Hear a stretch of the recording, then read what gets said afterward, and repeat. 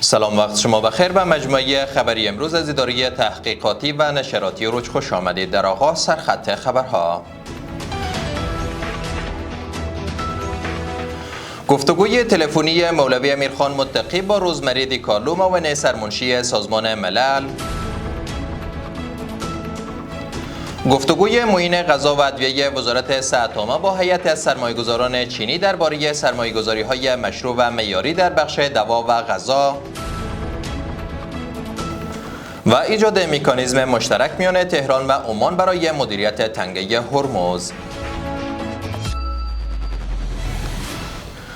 امروز پنجشنبه 28 ماه جوزای سال 1405 خورشیدی در ادامه مشروع خبرها: مولوی امیرخان متقی وزیر امور خارجه با روزمری دیکارلو معاون سرمنشی سازمان ملل در امور سیاسی و صلح گفتگوی تلفنی انجام داد.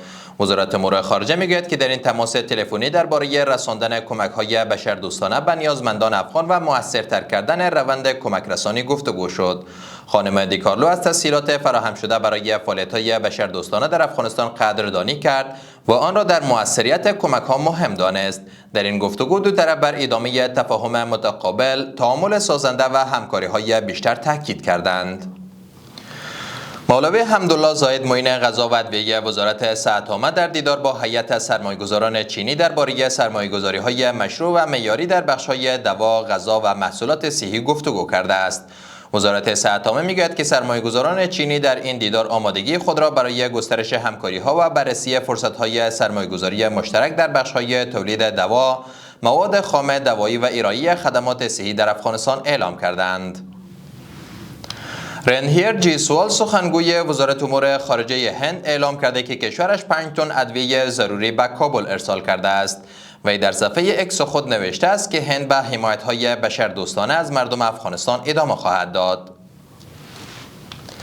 و در آخرین خبر، اسماعیل بقایی سخنگوی وزارت امور خارجه ایران گفته که تهران و عمان برای مدیریت تنگه هرمز مکانیزم مشترک ایجاد خواهد کرد و در صورت نیاز بار دیگر کشورهای منطقه نیز رایزنی و همکاری خواهد داشت.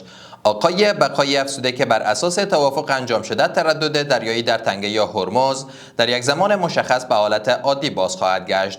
و تاکید کرده که مدیریت تنگه هرمز مسئولیت ایران است و اجرای این روند بدون نیاز به مشارکت یا مداخله سایر طرف‌ها انجام خواهد شد. جهان سپاس از توجه و همراهیتان. برای تازه‌ترین های افغانستان، منطقه و جهان ما را در شبکه‌های اجتماعی دنبال نمایید.